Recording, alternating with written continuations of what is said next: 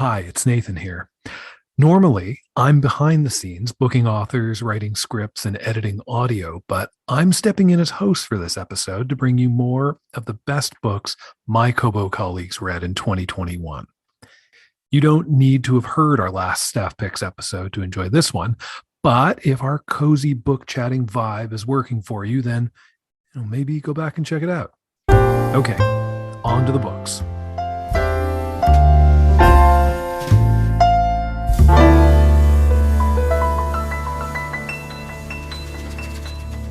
Do you want to tell us who you are and what you do for Kobo? Hi, Nathan. I'm the publisher relations manager for Kobo. I'm based from Amsterdam. My name is Erik Richters. Eric, tell us about the book that you brought us today. So I brought the book The Power of Habit by Charles Duhigg, which most likely launched like 10 years ago. And a friend of mine had it on his table. I picked it up and I could not put it away again. What grabbed you? It grabbed me. I felt it was so strong because it demonstrates both how habits can negatively influence processes in a person, myself, or organizations or the society, but also the positive, the positive way it can influence those same organisms. And the way the book takes you through that process really helped me observe. You're a man of several routines. I know you run, you cycle, you get out there. We see each other on Strava. So one wouldn't think that you'd be the type of person who would want to be able to hack your ability to stick with a habit or to understand habits. Was there a problem you were trying to solve when you picked this up? I don't think I picked it up with the intention to solve a problem. It really grabbed me when I started reading the book. As you say, I can be very clear in, for example, taking decisions to go running. But now I've read that book, I also realize that I actually need a certain goal to actually continue to do that running. So in my case, for example, I plan to run another marathon in May. That will help me to get a very routinous way of training towards that time. But probably on Strava in June, you will not see me that effective. Now, if you would ask me, what's your ideal running behavior? It would probably be, hey, let's run 3 kilometers on Tuesday, let's run 8 on Thursday, and we'll do 16 on Sunday. That, at least that type of effort, like every week. To me, it's up and down. So I'm not there yet that it's a real habit, like I brush my teeth every day. What did you learn from this book about habits that maybe drive you, or maybe even on the positive side, are there habits that you wish you had that you think you might be better situated to grow? Well, maybe not immediately examples of habits, but I really learned that regularity helps so much to improve, to make daily wishes come true. So to make that rewarded, simply by starting little routines, either daily or weekly. And the thing that grabs me the most is, after a while, those things become something to do automatically and therefore do not cost you any energy or burden. And suddenly I realized I started doing, then you start doing things without you noticing. You can even do things in parallel. And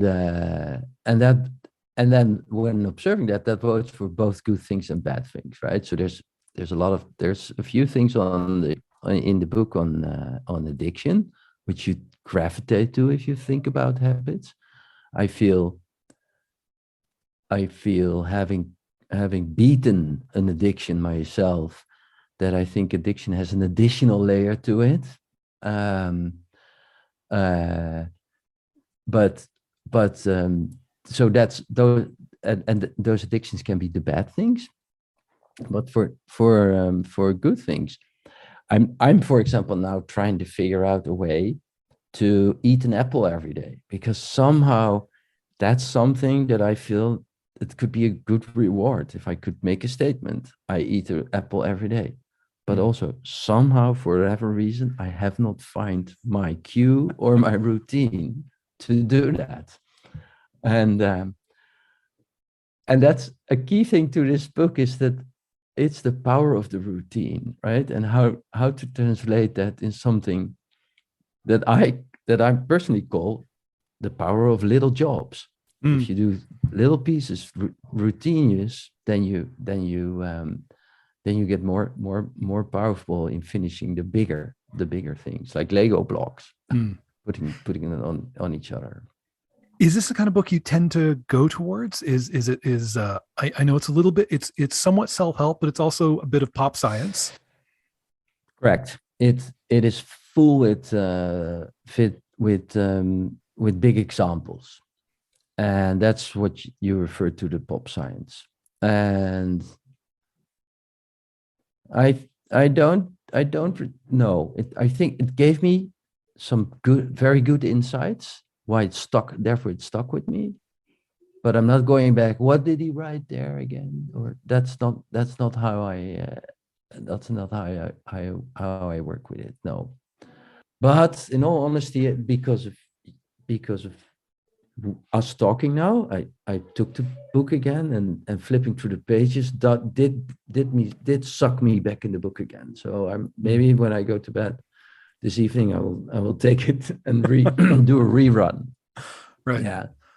The one thing about habits that also came to mind, thinking about when I was a kid, I used to play this game Frogger. It's called Frogger. You're a frog and you need to jump on beams or floating beams or something. And today my children play a game which is called Crossy Road, which is basically the same. They need to dodge trucks and they need to jump on beams, and the funny is you're constantly busy jumping those in order to reach that endless goal. And the habits actually can build bridges to not having to jump all the time across a lot of things. So then that's what I took from the book to make my life way more easy. You don't have to jump every street again, because you build a bridge by using the automation of habits.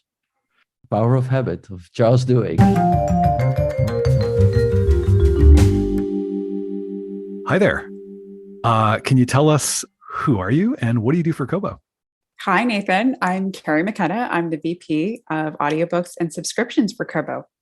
I have a feeling we're about to get an audiobook recommendation, but I mean, you tell me, what's the best thing you read or listened to this year? I'm going to go out and surprise you here and say that it's actually an ebook recommendation. Oh my goodness. Yeah. When the Stars Go Dark by Paula McLean, I chose an ebook format because when I choose fiction, which this is, I tend to choose ebook. I tend to be a nonfiction listener. Yeah, me too. Completely makes sense. Tell me about this one. What this was, I mean, this is not a first-time novelist. This is no plucky upstart. Tell us about your Paula McLean experience. So I'm a pretty big fan of her writing. And this one was a bit unusual for me to pick because it's a suspense novel about a detective and missing persons cases.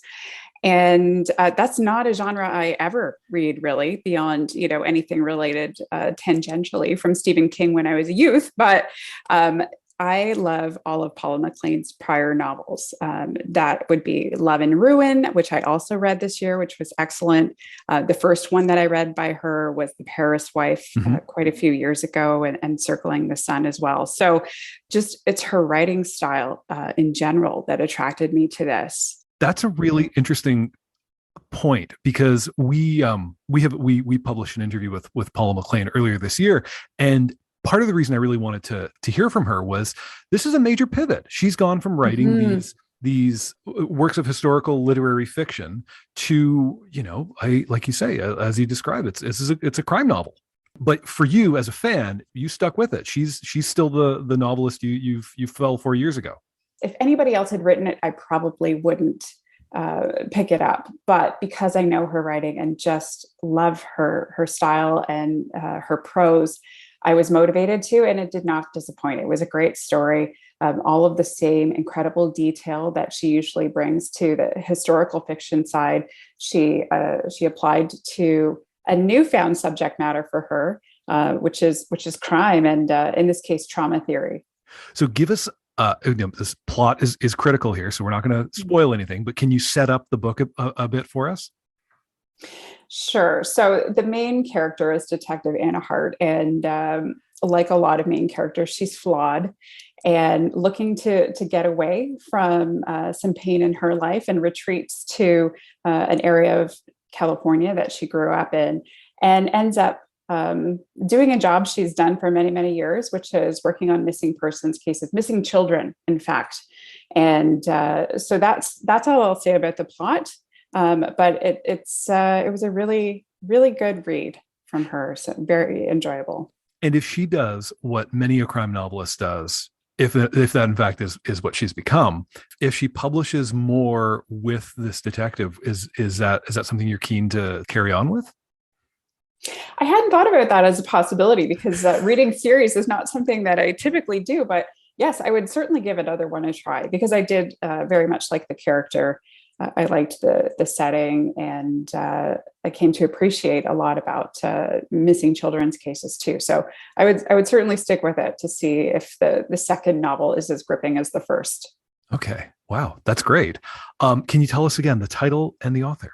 Sure, it is When the Stars Go Dark by Paula McLean. Wonderful. Thanks, Carrie. Thanks. Can you tell us, who are you and what do you do for Kobo? My name is Michelle Katz, and I am the Director of Original Content for the English Language Department. What's the book that you're recommending to us? The book that I'm recommending this year is 1,000 Ships by Natalie Haynes. What is 1,000 Ships? 1,000 Ships is a feminist retelling of the Trojan War. And I feel like there have been a lot of these in the last 5 years. And honestly, I'm thrilled. I want more. Yeah, I have an unending appetite for this topic. And so what makes this one a little bit different is that it's told through a series of vignettes, and they sort of weave back and forth through the timeline of the Trojan War. And each of these vignettes focuses on a different female character.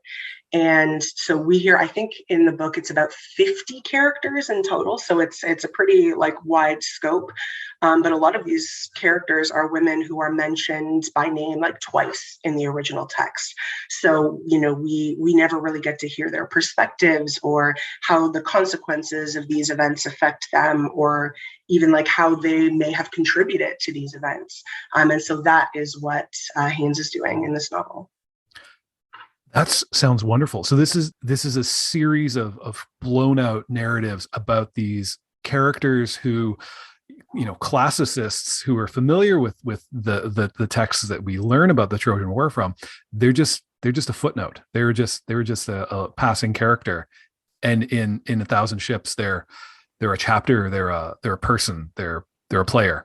Absolutely. And you get I've always, something that I love about retellings in general is a lot of these stories, they're these epic stories, right? So we hear, and then he slayed the monster, and it's just one line, right? So we hear things in these very broad strokes and these sort of huge grand statements. And then what we get in modern retellings is these intimate portraits, and there's humanity and intimacy and beautiful writing. And so we're getting that for all of these women who, we didn't really know much about. Have you read the other contemporary novelists' treatments of this classical material? I'm thinking of Madeline Miller, and I think Pat Barker has delved into it. Is this your new jam? So I read The Song of Achilles when a couple of years after it first came out, but I think that's really what kind of kicked off, I would say, this wave. And I have written very few fan letters in my life, and I actually wrote to her because I was like, "This is so beautiful." And the other one that I wrote was to Natalie Haynes after I read this one because again, I was like so affected by it, and I just thought they were just such like beautiful, beautiful stories. So I haven't read all of them, but I kind of am rationing them out for myself because I know how much I enjoy them. So Pat Barker is next up for sure. But I mean, Madeline Miller is also just absolutely incredible. That's wonderful. I don't think I've spoken with anybody who's gone hard on this whole new literary genre. But it's wonderful. It's wonderful to see it emerging as a new area for exploring narratives. Well, I remember reading The Penelopiad by Margaret Atwood when it came out, and it just like changed like my taste in reading, which I think has happened multiple times for me with Margaret Atwood books. But like that was, I mean, maybe the original feminist Greek mythology retelling. It's probably not, but within my reading life, that was sort of the first one that I was exposed to, and that's where it all began. So yeah, I mean, certainly among like Booker nominated contemporary English language, like, yeah, it's Peggy. She did it again. She like, went and kicked off totally another. changed the game. Yeah. Oh, wow. That's incredible.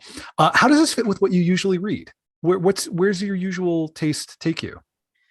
So I love speculative fiction, and I think that this is even though like speculative is usually sort of future, I don't think that this is like crazy different from that because it is delving a lot deeper into like what ifs, right? Like what would this person have felt? And so I think the idea of sort of like remixing is very present in speculative future looking fiction. And so we are definitely getting a little bit of that. So even though I don't usually read like historical fiction, I think that this felt very it felt very comfortable to me to move into this kind of reading. Can you tell us again the name of the book and the author? It's 1,000 Ships by Natalie Haynes. Thanks, Michelle. Thanks, Nathan. Hey, my name is Parmeet. I'm a delivery manager for Kobo's content management system. And tell us, Parmeet, what is the best book you read this year? Yeah, it was a tough choice. Last year, I didn't read a lot like the year before, but I did realize that I ended up reading a lot of high quality books this year. I almost like subconsciously decided to read good books, given I already knew I was going to read less. So picking one was super difficult. I did pick up this like really thin volume of poems, and I'm not a reader of poetry, called Jejuri, or in Marathi, it's more closely would have been pronounced Jezuri. And it's like a little town outside of where I lived in the city of Pune, around 50 kilometers from Pune. And this book of poems is by a poet called Arun Kolatkar. So he's a bilingual poet and pretty renowned and supposed to be a super great poet, but I hadn't heard much about him, neither about the book, especially since the town was so close to my to my city. Yeah. But yeah, I read it this year, and just absolutely spectacular poems. I just was so engrossed in it. And when I went back to India like a month ago, I visited the town, like the temple town of Jejuri, and basically relived the whole sort of book of poems while I was there. So it was absolutely beautiful. Oh, that's wonderful. It was that evocative that when you went back to your hometown, you were able to venture out to this other place, and you'd been there already. Yeah, so it was a little funny because when I was reading the book, the name especially, obviously I knew about the temple town, but also that my dad used to travel there very often because of work, and he used to get us like this mutton from there. Yeah. Like a mutton curry. Yeah. So the only thing I sort of associated that town was with this mutton curry my dad used to get. We never actually gone there. So I'd never gone there and eaten it. So this time I went there with the family. We went to the temple, which is absolutely outstanding. You sort of climb up, stairs, and then there's all these sort of people trying to sell you stuff which you want to sort of offer and the book sort of describes all of that. This a play between commercialization and the holiness of that temple town. So you're just sort of reliving all of that. And then we went up there, we came down, we sat at the same place where my dad used to get mutton from, had a good meal and then drove back. I love it. And I'm going to have to cut out the mouth sounds of myself as you were describing the mutton curry. There was definitely salivation going on. Yeah. So you say you're not a regular poetry reader. Can you describe kind of what was going through your mind as you reached for this collection? How did it find its way into your world? Yeah, so most of the poetry I've read has been not English. I'm not sure I understand enough of it. So mostly a lot of my poetry I've read is Punjabi or Urdu, which are also languages I'm not great at, but I at least understand the poetry. So this book I picked up because firstly, it featured on a lot of lists of best Indian books ever. And it's like, I've never really heard of this book or this town. I know about it, and I should reach out for it. And I was able to source it here. It's actually a New York review book. And I was able to source it here. It had like a Rushdie sort of I think Rushdie's on the book where he's written a review of the book. I was really intrigued. Then once I read it, my mind was blown. It was spectacular, very spare, comical, just beautiful. Yeah.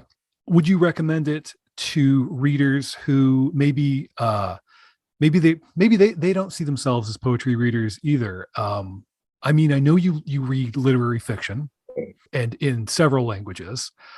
Give us a sense of where this fits in. Is it really that kind of like poetry of a place, poetry of a time? Is it of the time right now? It is. And it is of a place in that it describes that place so beautifully. It is also very easy to understand, I found out, but also at the same time really deep. And very spare, nothing. It's not very descriptive. It's just very less words used. So, and I do think anyone really, even if you don't see yourself ever visiting a temple town, you can read the book and you would find it beautiful, like you'd see it from reviews all over the internet. It's been studied a lot, the book, and again, I found that out after I read it, and I highly recommend it to anyone, irrespective of whether you're in poetry or not, and irrespective of whether you see yourself, going to this little temple town in India ever or not. Yeah. Well, we know travel's tough right now, and we know we're lucky we got you back safe and sound in this very chaotic time for travel. That sounds great. Tell us again the author and the name of this poetry collection. Sure. The author is Arun Kolatkar. He's a bilingual author, so has some Marathi and English books of poetry. And the book is called Jejuri, Jejuri. That's wonderful. Thank you so much. Thanks, Nathan. Tell us who you are and what you do for Kobo. I'm Rene D'Entremont, and I'm the comms director at Kobo. Tell us about the best thing you read this year. I've read a few different things, but one that really stands out, and I'm going to go to an audiobook, actually. I listened to Will, the memoir penned by Will Smith himself. So I listened to the audiobook. It's actually, as I mentioned, written by him and also narrated by him. That just came out, so you must have jumped right on that when it landed. I did. I've been doing a bit of driving, so I've been listening to it every time I get in the car instead of listening to music, because I've listened to my playlist a little bit too much. What's your relationship with Will Smith as a celebrity? Are you we're about the same age, so you could be a Fresh Prince, a DJ Jazzy Jeff and the Fresh Prince fan. You could be a fan of Fresh Prince on television, or his turn as an action movie star. What's Will Smith to you?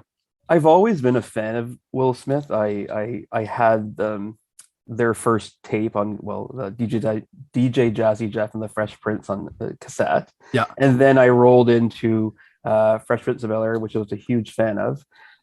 And although I'm not a huge action movie person, I really like the dramatic turn Will has taken. I think he's done an amazing job as an actor. Tell us about the audiobook. What do you learn about this incredibly well-known figure that he hasn't already told us? There's some stuff that I found really interesting, especially at the first part of his career. So he basically got some notoriety in the music scene in Philadelphia. And, he and DJ Jazzy Jeff were friends in Philadelphia, right? So they go way, way, way back. It was interesting to hear about how they became a thing, but it was also interesting to hear how I think they got a little bit too big for their britches, and then everything came crashing down and he lost all his money. And things like, I didn't know that when he started Fresh Prince of Bel-Air, for example, he still didn't have his credit cards back. He was still paying for stuff with cash, and that was at the start of the sitcom, but still, it just goes to show that it's not just overnight that you become famous and you have everything you ever wanted, right? The other thing I would say, though, is that he is a little bit narcissistic. I guess you don't become that famous without being a little bit narcissistic, and it comes across in the book. But he is a hard worker. And that's the other thing that comes through. For example, like, he's a marketing machine. When you think about, especially his action movies, with all the music tie-in and all those things, and he was just talking about he kind of created a vision board for himself, and he said to himself, how am I going to become the biggest movie star in the world? And he set off to do that. And one of the main things, which is not, rocket science, but it's like touring and doing a ton of premieres in many, many different cities around the world. And for example, each time he'd visit a city, like the opening weekend box office numbers, like, grow it in, a few million per city that he visits, right? So, it's just really interesting to see how, when you put your nose to the grind, it does make a difference in all those things. I mean, it's a world that we're not part of, Nathan. It's a little removed from the day-to-day lives of communications professionals at an ebook and audiobook company, for sure. Exactly. Did you feel like the narrator of the book, of course, the performer, the vocal performer being Will Smith, did that feel like the same guy from the movies? Did it feel like he was putting on something else, or was he coherent with the personality that we all think of? He was exactly him. Yeah, exactly. So is what you would expect from Will Smith. He's funny. He gets very serious, actually. He gets quite he gets personal about lots of stuff in his life. He shows emotion and things like that. He sings, he raps, there's a little bit of everything. There's also lots of music, elements to the reading. Throughout his career, he plays some key clips and stuff like that we've all heard on the radio. Yeah, it's very entertaining, for sure. And he's always had a very, very good relationship with everyone on Fresh Prince, even until now. And it sounds like the audiobook was absolutely the way to go, not just for his own voice, but for the fact that he's a multimedia star. So having those clips and things really brings you along. Yeah, for sure. And he talks a lot about his personal life, and he's very much a family-oriented person. And he has kids with two different women, and to this day they still all celebrate Christmas together. I think he said for the past 20 years. Wow. So they have like a bit of a mixed family that they made work, and it's the way it is, and that's how they want it. And he does talk a lot about his kids and his family, and how he actually, I think, pushed his kids a little bit too much when they were young, actually. He's talking about his 8-year-old daughter and how she had a super big hit. You probably remember it, called Whip My Hair Back and Forth. Yeah. She toured everywhere around the world, opened for Justin Bieber with that. And apparently she still had a half a tour left. And she said, Daddy, she goes, I'm done. And he said, no, you're not. You still have Jay-Z still needs you to do another half tour. She goes, nope, I'm done. And she actually said, like, you're not listening to what I want. You're telling me what you want. And he gets really, really into those kinds of conversations with family, and how, and he admits to being too pushy and to probably like being a little bit too rah-rah. You need to be the best kind of thing, right? So he does come across as a perfectionist, to be sure. Right. Sounds like maybe more of a perfectionist and hype man for himself than maybe like not much of. If you can hear someone's complaint and acknowledge it and like, admit you're wrong, you're not a very good narcissist. That's like that's supposed to be a key narcissist thing. So it sounds like he's missing that key attribute, which only makes us love him more. For sure. And I think the journey in his book, I think he's trying to get to that he's realizing it, and he's trying to change it going forward. But so tell us again, the author and title of this book. The book is called Will, and it is by Will Smith, the actor, singer, and multimedia professional. I think he's going to make it. I think so too. Okay. I am Trevor Hunter, and I am Kobo's Chief Technology Officer, which means it's probably always my fault when something goes wrong. Like whether the data center burns down or some bug appears and stuff like that. Usually I'll find a way to fix it and stuff like that and take responsibility. So. Right. If there's a ship going down, you find your way to the deck. Exactly. Yes. Yeah. I will find the root cause of the ship going down as well too. Yeah. Even if you have to do so from the bottom of the ocean, you'll figure it out. Exactly. Yeah. What's the book you're recommending for us? Today it'll be Midnight Riot by Ben Aronovich, and I hope I pronounced that right. But I love the atmosphere in this book. It's set in London, sort of modern day London, I guess in this past decade at least, annoying and stuff. But it just brings back to me that feel that London should feel like, that atmosphere of that. There's a really interesting premise that caught my eye as well too. Is I'm a science fiction fan, but this is not science. This is about magic, which is, apart from, some of the Terry Pratchett stuff and things like that, I haven't really delved into the magic side. I've never read the Harry Potter novels and things like that. But the interesting premise that got me in this was that magic was kind of discovered by Isaac Newton as a flip side to his scientific writings. He studied things that he couldn't explain by science and put them into Principia magic, as well as his more popular Principia Mathematica and physics and stuff like that. So there's a really interesting lending of credibility having his name attached to the study of magic as the start of this, right, for me, and magic continues to defy any real explanation of the root cause of it, but at least the practices that they're doing to try and understand it is more scientific in nature than anything else in these books. So is the story like, is this like an alternative magical enlightenment kind of story? A little bit. It's modern day. It's not an alternative universe or anything like that, but it's a modern day where science is the popular thing, but there's kind of like a small band of practitioners left on the scientific-ish exploration of the magic side as well too. But the main premise is a detective novel at the end of the day. It's solving crimes that involve some kind of magic in it and stuff. The backdrop is just this sort of Isaac Newton approach to understanding magic, which is a little bit interesting from my perspective. I know you read a lot of hard science fiction. I know when you're recommending books to us fellow Kobo folks at a town hall or something, I can imagine a Trevor cover for a book. It's usually in deep space. There's either a space station or Starcraft of some kind.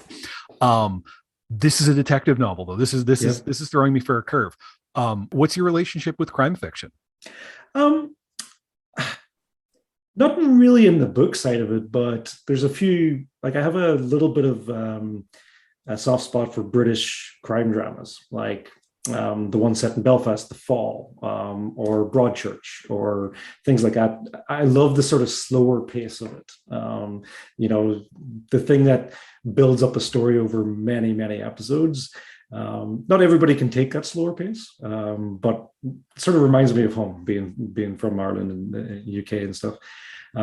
So kind of like those TV series, a little bit slower paced, exploring the characters a little bit more, going down false leads a lot rather than just the main storyline and things like that. And then there's the atmosphere and the humor. It's like the humor is very sarcastic. It reminds me very much of the Douglas Adams and the Terry Pratchett's. I'm going to tell you this thing, but it's going to be completely wrong in the next paragraph. That sort of thing. Or I'm going to tell you something that's obvious to you, and guess what? It is obvious to you, just to fill up a little bit of narrative and stuff like that. I love that sort of. I'll get a chuckle just out of the writing, not because the story itself is necessarily funny and stuff. Just soaked in irony. Yeah, exactly. Yeah. A little bit of sarcasm here and there and stuff like that. Yeah. And Is this part of a series? It is. Yep. Quite a long series from the looks of it. I've only scratched the first 3 or 4 books of it, but I think they're up to 9 now or something like that. And I've actually convinced my mom to read it and my sister, and they're both really into it for some strange reason as well too. So is this a rare occurrence of your reading tastes and their reading tastes overlapping? It very much is. Like they're not the science fiction at all. Although my mom is reading The Expanse as well too. She's really got into that. But yeah, this is a rare occurrence where the three of us kind of agree that this series is a good series that we can actually agree on and stuff. So it's pretty good. That's wonderful. Can you tell me again the name of the book that brought you here and the author? The name of the book is Midnight Riot by Ben Aronovich, and it's part of a series called The Rivers of London. Thank you so much, Trevor. No problem. Thank you, Nathan. Hi there. Can you tell us who you are and what you do at Kobo? So my name is Victoria. I am a senior manager on the communications team. And what is the best book you read this year? That is a tough one, but I think for sure my favorite book that I read this year was Cersei by Madeline Miller. Amazing. This is not the only contemporary novel based on classical mythology in this episode, and I love it. Really? So tell us about Cersei. So Cersei is a retelling of the story of Cersei, who many people know from the Iliad and the Odyssey. She's kind of the quote unquote bad guy that people come up against in the traditional mythology. But what I loved about this book is that it told the story through a female lens. And I think so much of history and so much of mythology and the stories that are shared from ancient times are told through a men's gaze. And so to be reintroduced to a lot of the events that, we may have heard of from the past, but through this kind of unique or different kind of point of view, really stayed with me and struck me. And Madeline Miller did such a good job at making her at humanizing her as a character and really making you empathize with her. So it was one of those stories that just kind of stuck with me longer than I was expecting it to.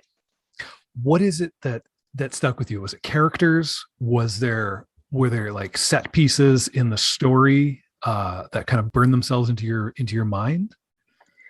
It's interesting because as far as like set pieces in the story go, you already know key points in the story if you're familiar with the mythology or like the story of Cersei and when Odysseus comes to her island and whatnot. So like these key points you're already aware of, but they change very drastically when you put yourself in her shoes.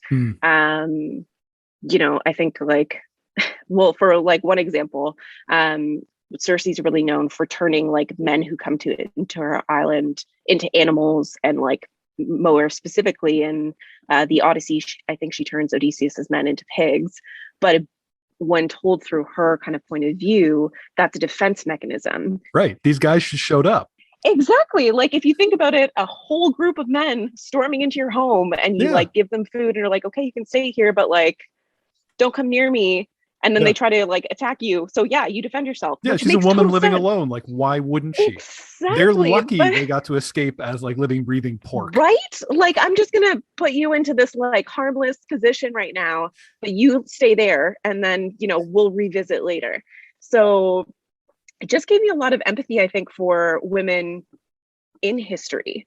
And for so many women whose maybe story or point of view haven't been told and have been kind of retold without kind of their side.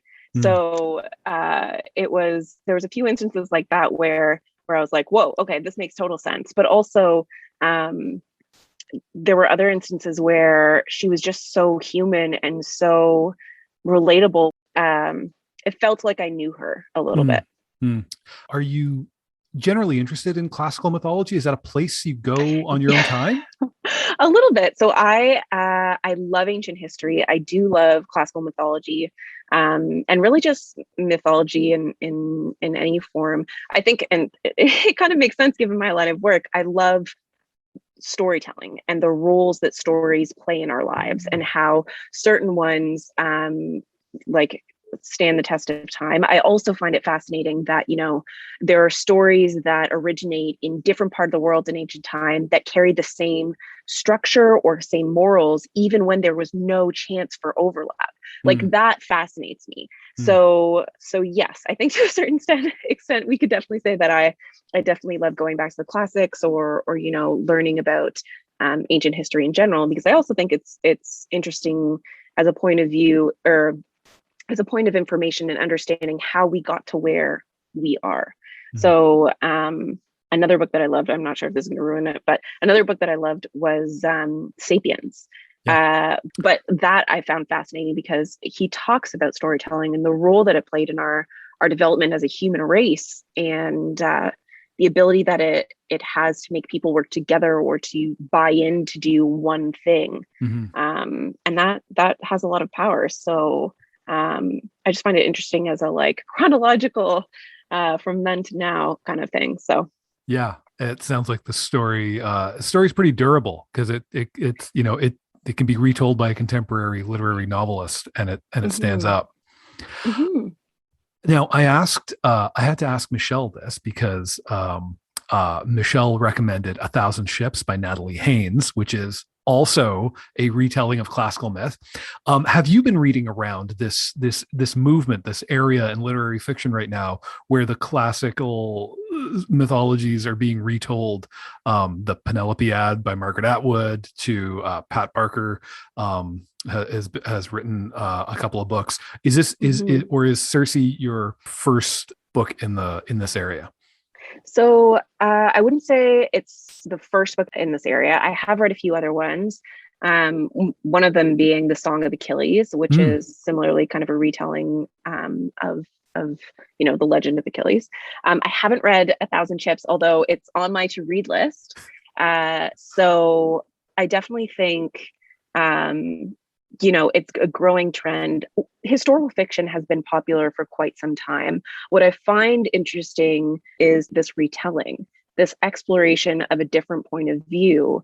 And I think that's a reflection of our modern times, as we're exploring different people's experiences in society, and how, the narrative that we might have grown up with may not necessarily be the correct one, because it's not the only one. And so from a retelling of these classical stories, myths, whatever, I think it's a bit of a reflection on society currently, in that we're open to exploring these perspectives and considering things that maybe we may not have considered before.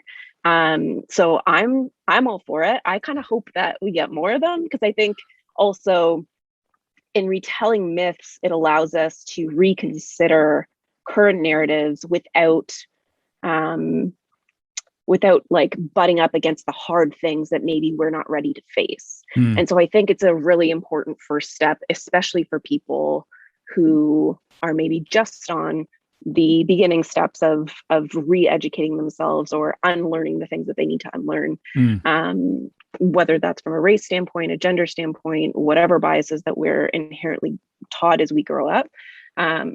So this kind of retelling of historical fiction, I think, is almost like it's a gateway. Yeah, exactly. Yeah. Exactly. It's like decolonizing all of your modes of thinking is really hard. But like picking some holes in Homer, that's a little more achievable. It feels like not safer. I don't think that's the right word, but like it's not as threatening, I think, as a challenge to your own biases when it's seen as a historical story versus a modern day one. And so in that way, it's, for some people it may be safe, but it's just as critical in starting that kind of conversation and that journey in reevaluating the perspectives and biases that we have in not only how we perceive things, but also the stories that we tell. So tell us again the name of the book and the author. So the name of the book is Cersei by Madeline Miller. and I highly recommend you check it out. Thanks, Vic. No problem.